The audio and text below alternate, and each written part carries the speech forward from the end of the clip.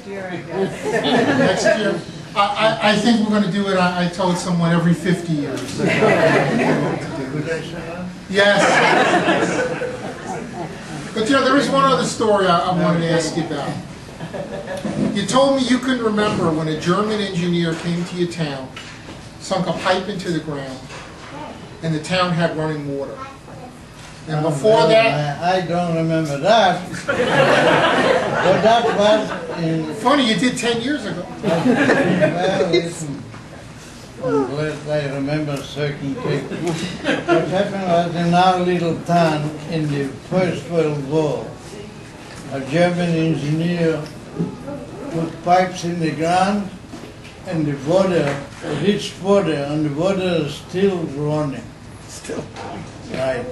And the matter of fact, they took samples and they say the water doesn't have to be boiled. It is the healthiest water they could get. And that's already a long time, almost 100 years. Yeah. Right, what else you want to know? By the way, Chernobyl happened in 2 years. Anyway, 100 years has come and gone. Blink of an eye, I guess. Anyway, as you all know, my father to me is just a remarkable man. Started out very humble beginnings. Went through some horrific times in his life, and survived it all. Survived to reach 100, and is as happy today as any person I've ever met, and always was. You know, growing up, I never had. I knew about his history, and I knew about all the hard times that he had gone through, but I never felt that pain.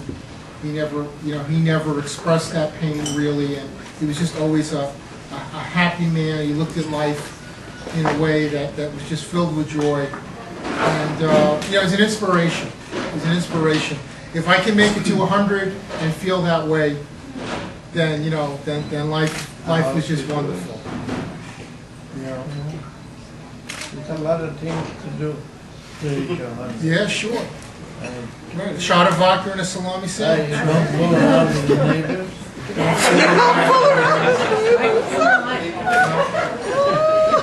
You want to talk?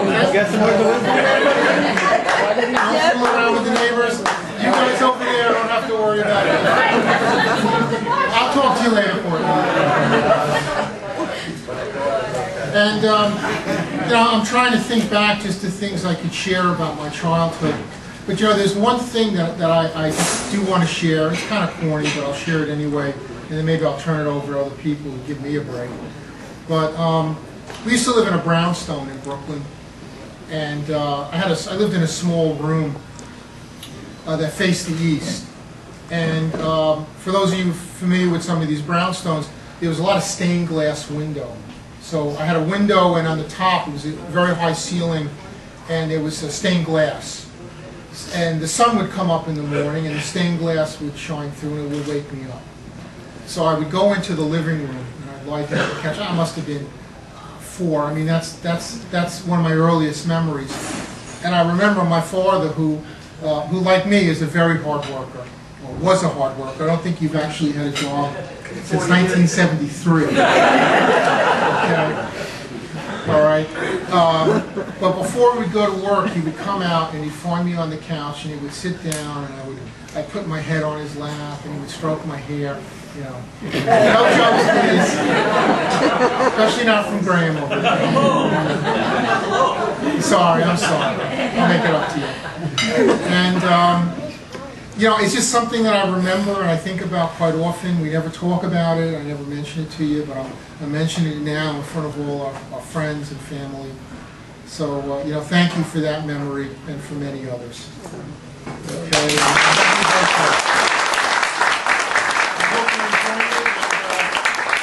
I don't know, is there anybody here? Dorothy. Yeah? Dorothy wants to, I know. You go, Leah.